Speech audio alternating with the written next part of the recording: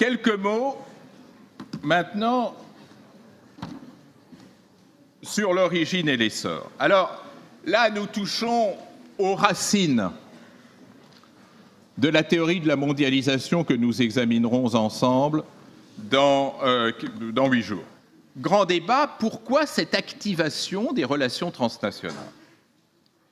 Là, vous avez tout un tas de facteurs qui expliquent ce succès de la transnationalisation et que nous reverrons plus profondément la semaine prochaine. D'abord, la révolution des communications. Pourquoi les échanges ont-ils à ce point été renforcés ces dernières décennies? Parce que les acteurs, les individus, communiquent de plus en plus directement entre eux et que, malgré les efforts de certains services de renseignement, il est très difficile de pouvoir contrôler ces échanges. Donc, la capacité médiatrice des États s'en trouve affaiblie. Deuxième élément, c'est la déterritorialisation qu'on a vue déjà ensemble. À l'époque classique, on ne faisait des relations internationales qu'en parcourant les territoires et donc en s'arrêtant aux frontières. Aujourd'hui, l'échange virtuel est beaucoup plus efficace que l'échange réel, matériel. Et donc, la déterritorialisation vient doper ces relations transnationales. Troisième facteur, on l'a vu ensemble il y a 15 jours, c'est ce que j'appelais la mobilisation sociale, c'est-à-dire l'effet d'urbanisation notamment. L'effet d'urbanisation permet aux individus de se voir, de se connaître, de constituer ce que les sociologues appellent des sociétés de masse. Dans la société traditionnelle rurale, vous voyez que votre papa, votre maman, votre grand-père, votre grand-mère, etc. Dans la société de masse, tout le monde voit tout le monde.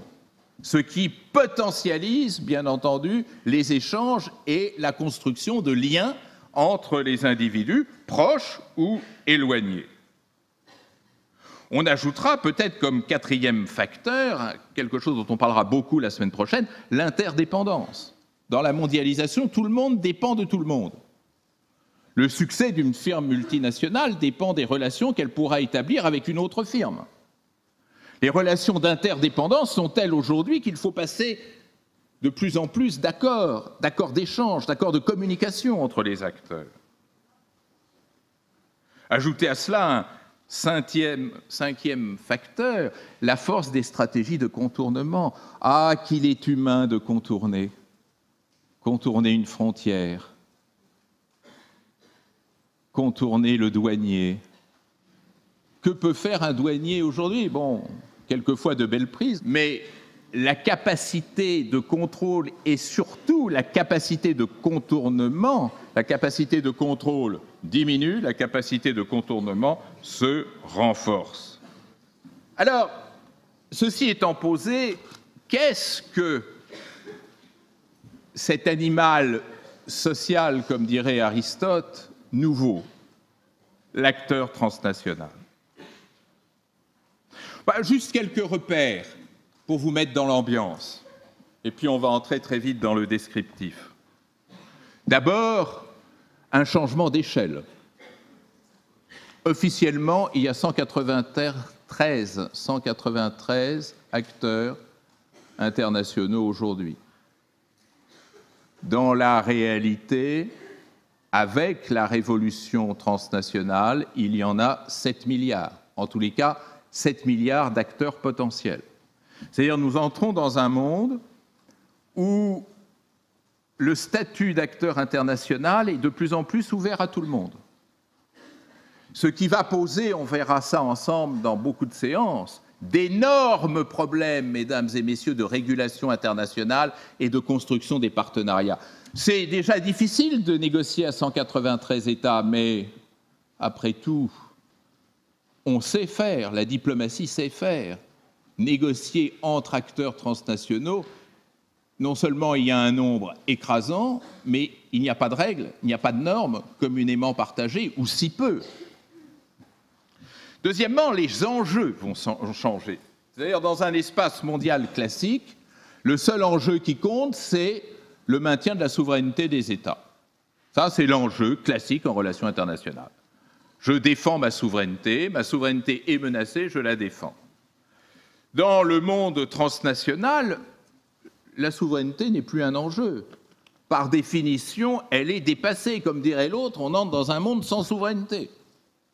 C'est-à-dire dans un monde où ce seul fondement, principe juridique partagé par tous les États n'a plus d'efficacité.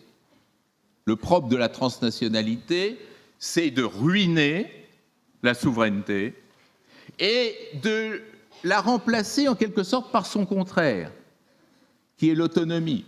Qu'est-ce qu'un acteur autonome ? Un acteur autonome est un acteur qui est, comme le dit le grand Rosenow, sovereignty free, c'est-à-dire libre de tout contrôle souverain, sovereignty free actors. C'est là le grand principe de la sociologie des relations transnationales. Donc, on dira de l'acteur transnational qu'il n'a besoin de personne, etc. Changement aussi dans les instruments. Qu'est-ce que ça veut dire ? Ça veut dire que dans les relations internationales classiques, l'instrument, c'était la compétition. Qui dit souveraineté, dit compétition entre États acteurs souverains. Avec les relations transnationales et la scène transnationale, le principe de compétition ne fait plus sens à cause justement de ces interdépendances croissantes. Donc le principe structurant, c'est la coopération. Grand thème sur lequel on reviendra souvent. Ça ne veut pas dire que le problème est résolu. Ça ne veut pas dire que tous les acteurs vont spontanément coopérer. Je ne tomberai pas dans cette vision idéaliste, utopique, absurde.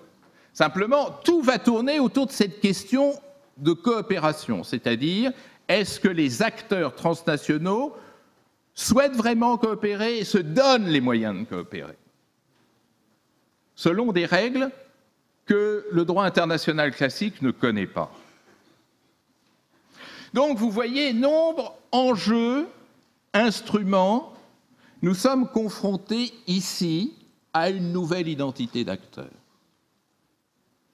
qui rend si difficile, j'insiste bien sur ce point de conclusion de ma première partie, qui rend si difficile, on y reviendra à la fin, la compréhension entre acteurs étatiques et acteurs non étatiques. Leur grammaire n'est pas la même, leurs ressources ne sont pas les mêmes. L'un a peur de l'ascension des autres, c'est l'État qui a peur de l'ascension des acteurs transnationaux, et les autres ayant peur des capacités d'étouffement ou de manipulation par les États.